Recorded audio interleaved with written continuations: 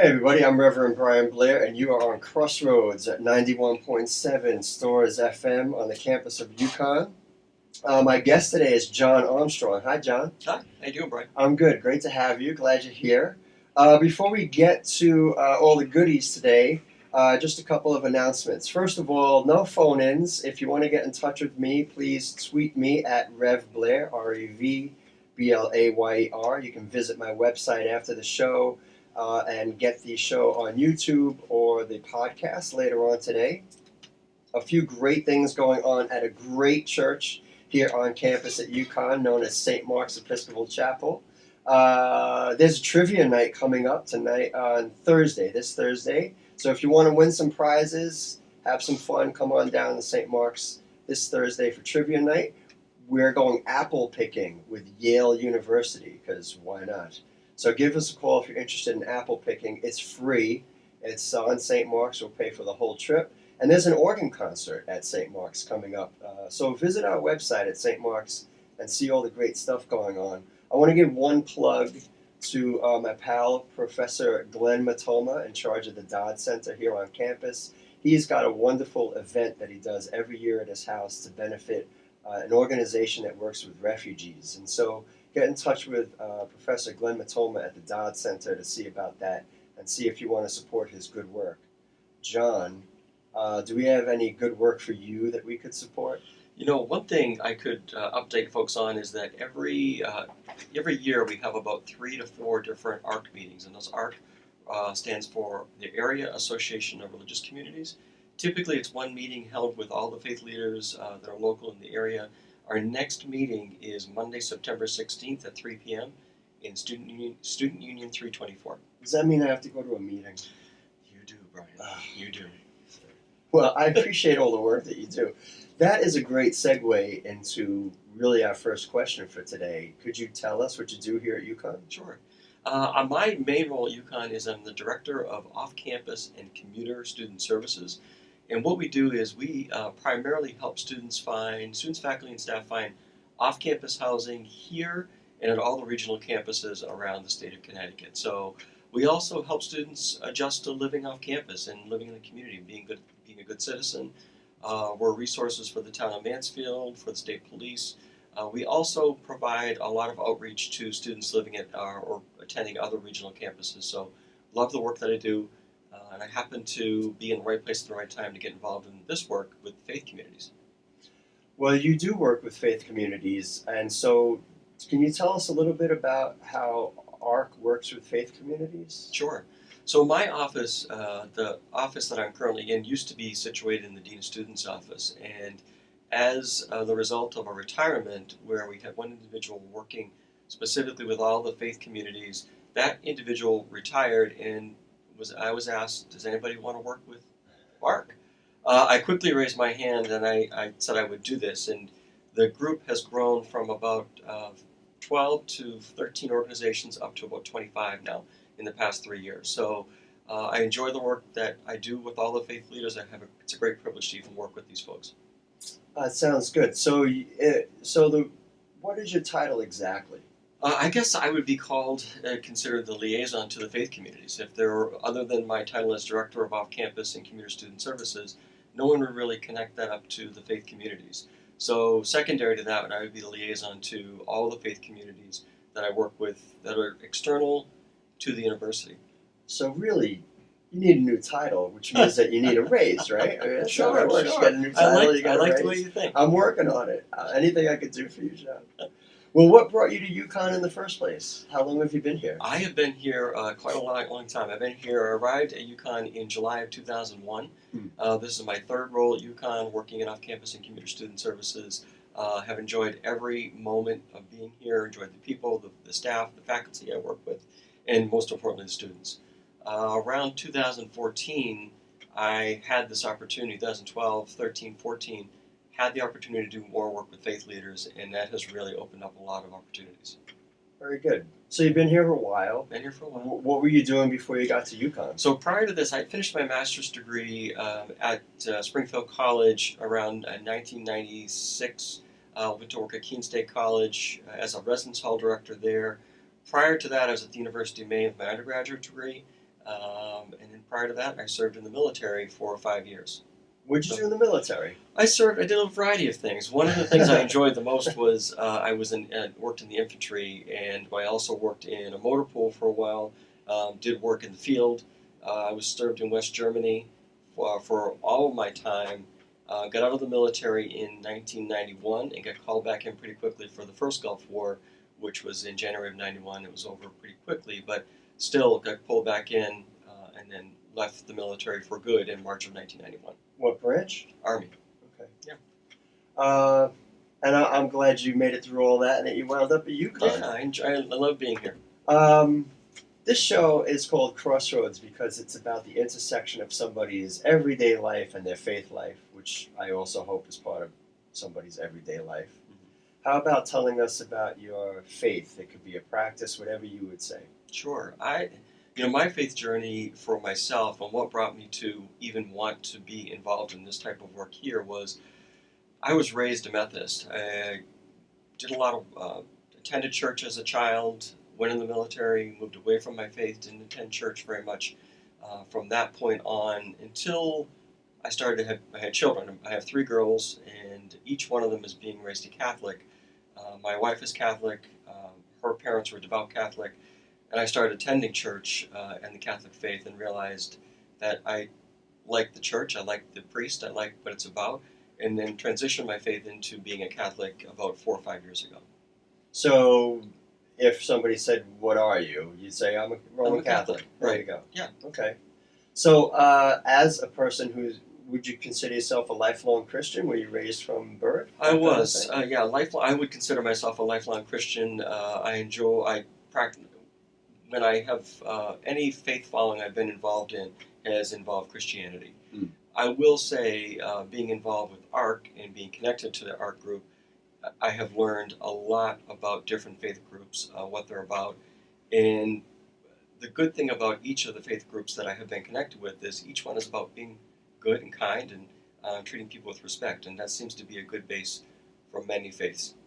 One of the things I've noticed being here at Uconn, in part working with you and ARC, but really everybody I've met, is the focus is on the students. And Yeah. so if you're here for one reason or another, your primary reason is the students. And I have seen that, what you kind of alluded to about the different faith groups coming together, they do a good job of making sure they get along and they stay student focused. And ARC is very helpful with that. But I just commend the university for creating an environment where they understand that faith to a lot of people is important, and we're here, number one, for the students. Right, and ARC is when I think about ARC is stands for it's the acronym stands for the Area Association of Religious Communities. And if there was one thing we could start to consider is actually the name of that group. It really is for the faith leaders. It's a roundtable discussion for the faith leaders. We talk about different ways and points of engaging with students. So if a student comes looking for a specific faith, they probably won't look for ARC. They would probably look for what's available out there. Is there a Lutheran church? Is there an Episcopal church? Is there a Catholic church? Is there a location where I could practice Judaism? Is there an Islamic center? They would seek that out and find it. So when I think about ARC, I think about it's a group for all of the faith leaders and myself to talk about the points of engagement, ways we can help students find that connection of faith for each of them. Well, it certainly serves a great purpose. So you told us a bit about your faith background, how you got here. How does being a person of faith, how did it inform your decision in the first place to work in the capacity that you do at Uconn? My base in faith has always been in my life, from the military, from my family upbringing, from who I'm as a person, really molded me into being someone who is focused on making good ethical decisions, making the right decisions for the right reason. And I believe that most faiths that you are connected with are about the same thing. They're about similar beliefs in doing the right thing for the right reason, helping people when they are in need of help. And when I saw this opportunity to work with ARC, I know that students come to the university, and many of them come here with one faith belief. many students explore other faiths while they're here and get interested in other different types of faiths. And as they're attending UConn, explore those faiths, learn what it looks like, learn what those beliefs are.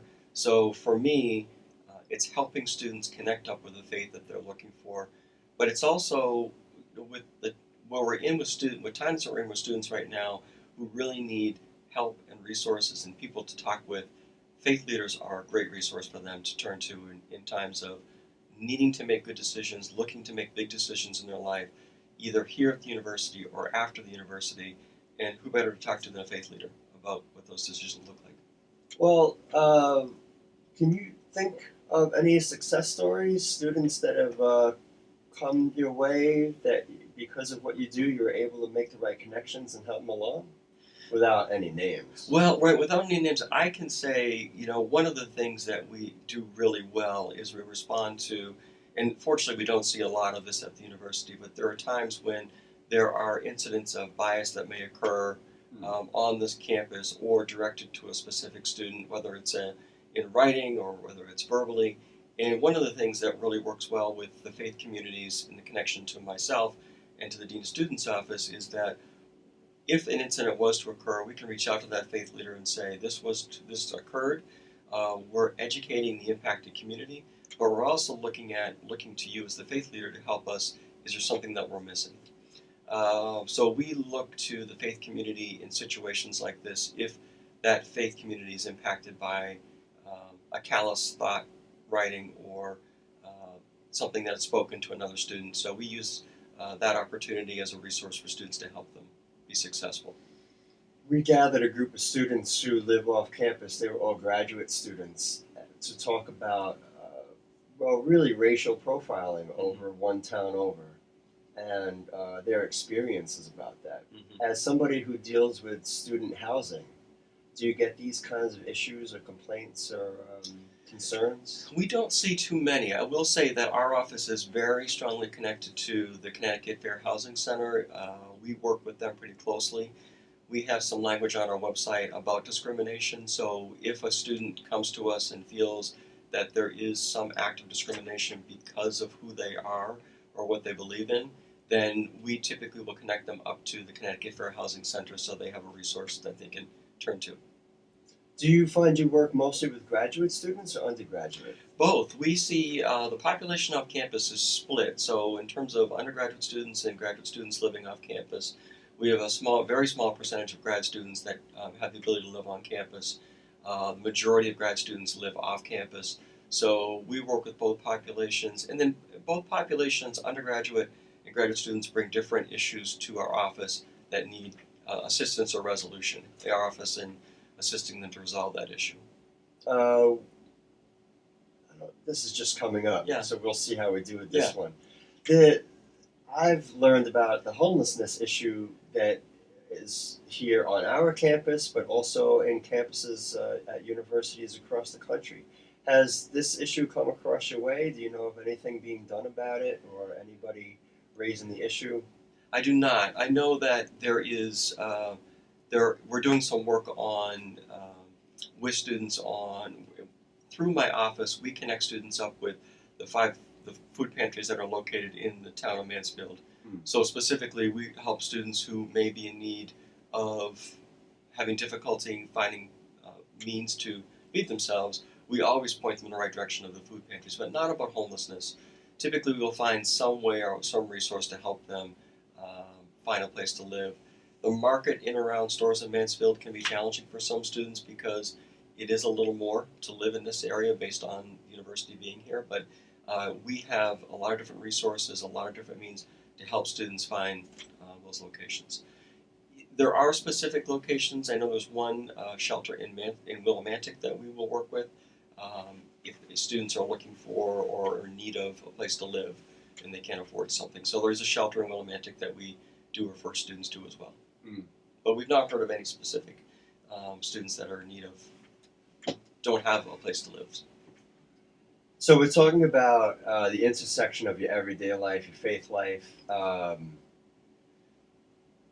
You're talking right now about your concern for students are in all sorts of situations. You know, here's a food pantry, here's a homeless shelter, here's housing. How do you think your faith life shapes how you do your work? It shapes it significantly. I truly believe that students either come to this university looking for either they already have a faith connection somehow and they're looking to continue that faith, they're looking to come to the university and maybe explore different types of faith, or perhaps they have had a disconnect with their faith. So for me, someone who has lived a life where I have had faith growing up, lost that faith to a point, not lost it completely, but wasn't practicing for a long time, found it in later in my life that I found that the guiding principles that I see in the faith practices I believe in really guide who I am in wanting to help students be the best they can be. Guiding students to be the best that they can be. Wait a second. Isn't that, wait, that's the Army slogan, isn't it? Maybe it is. I think that is. that was a TV commercial. I Yeah. remember that. Well, let's say, for example, you're having a rough day at work. You encounter a handful of students where their stories are fairly emotional, these kinds of things, and it all piles up.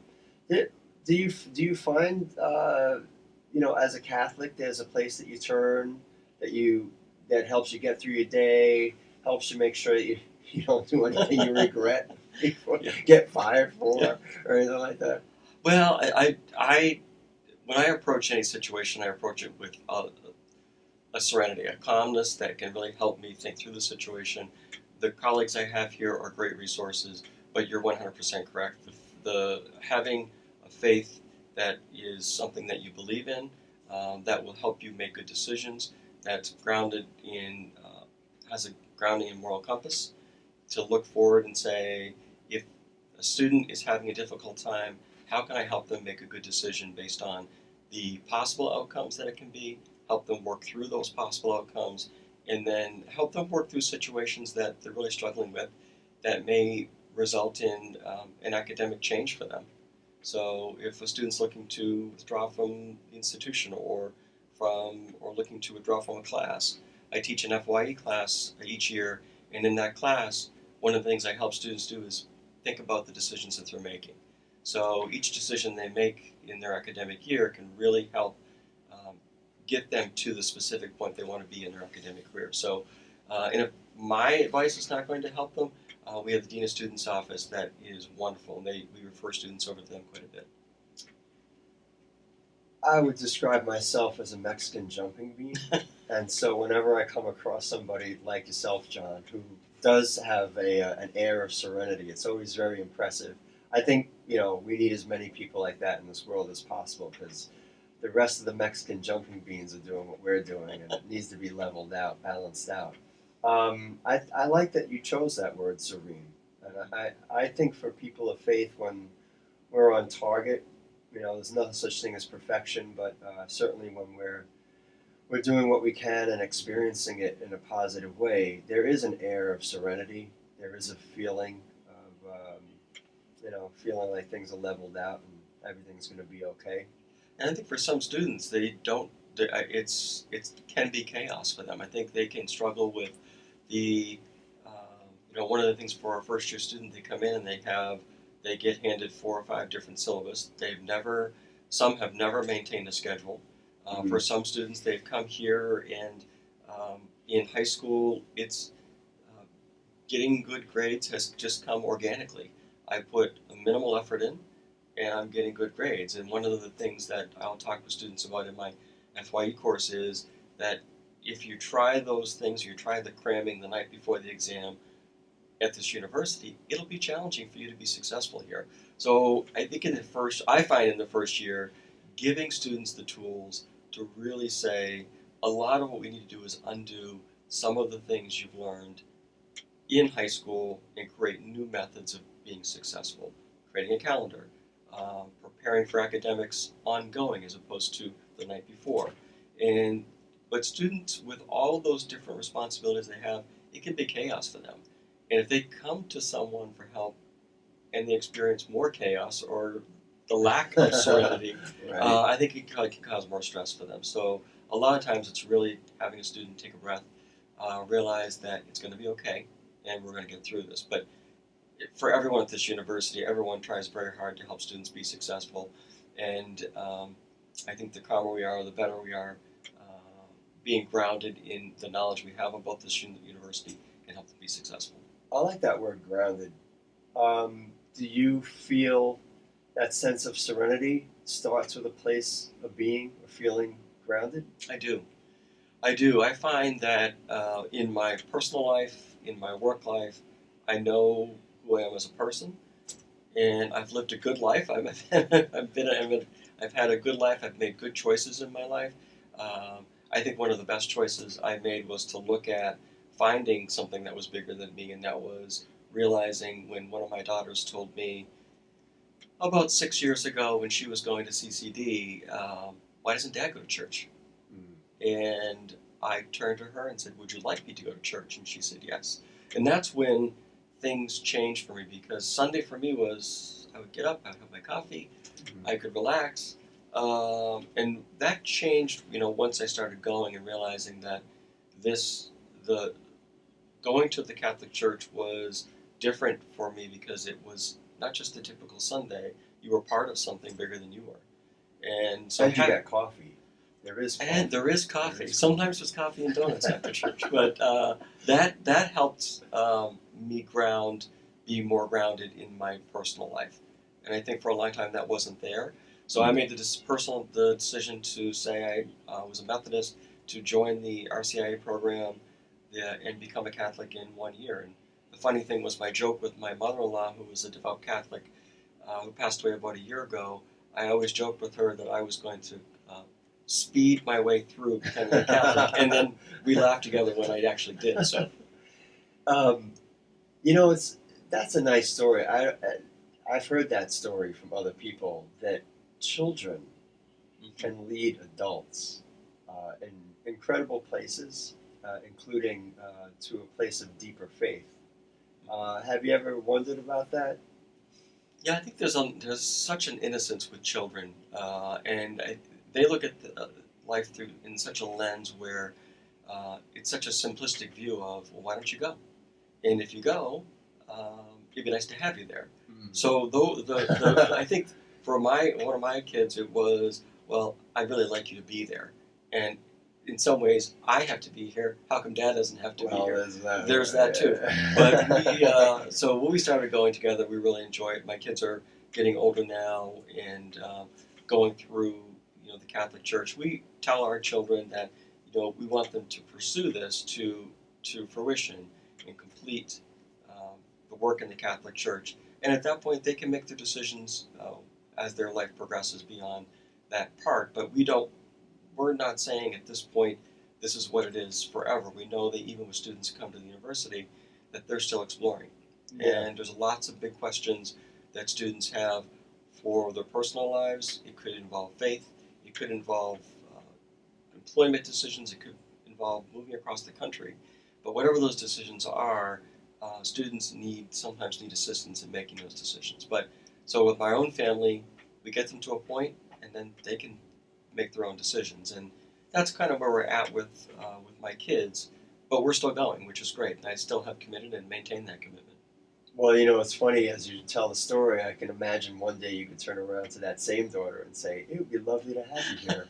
That's pretty, I got to remember that, Brian. Yeah, definitely. I got to remember that. So you've talked about being a person of faith. You've talked about what your job here at Uconn is and how you kind of incorporate the two. So let's say in the last couple of minutes here, if you encountered students, or let's say had time on the radio to say whatever you wanted to say to students maybe who have a belief system or a faith practice, what would you say to them? What would you encourage them to do or think? There's so many wonderful things that each faith community offers in this area. I have the great fortune of working with a multitude of different faith leaders, faith groups.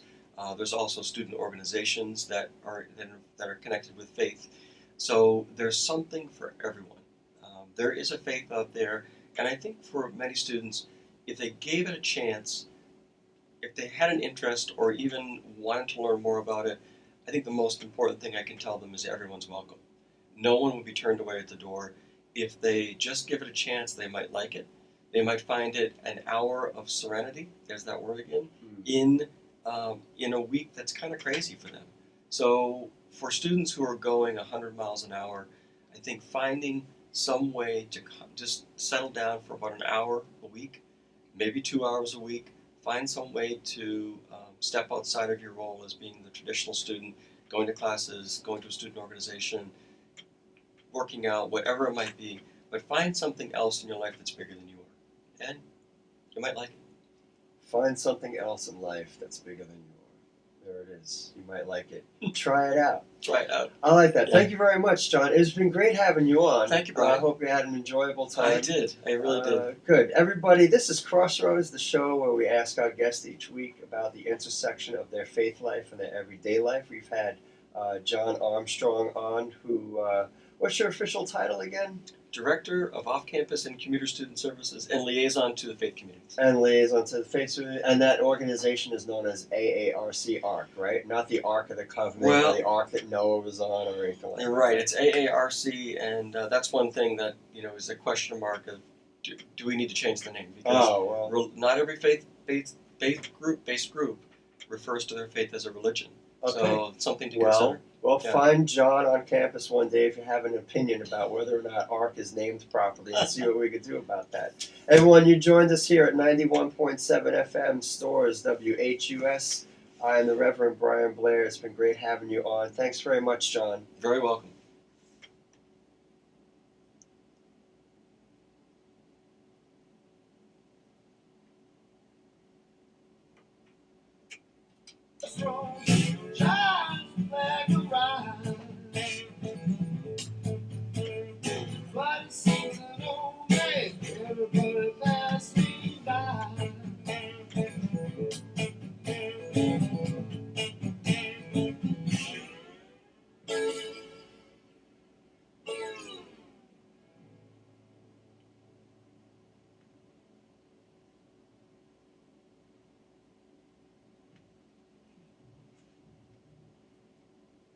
Should you know?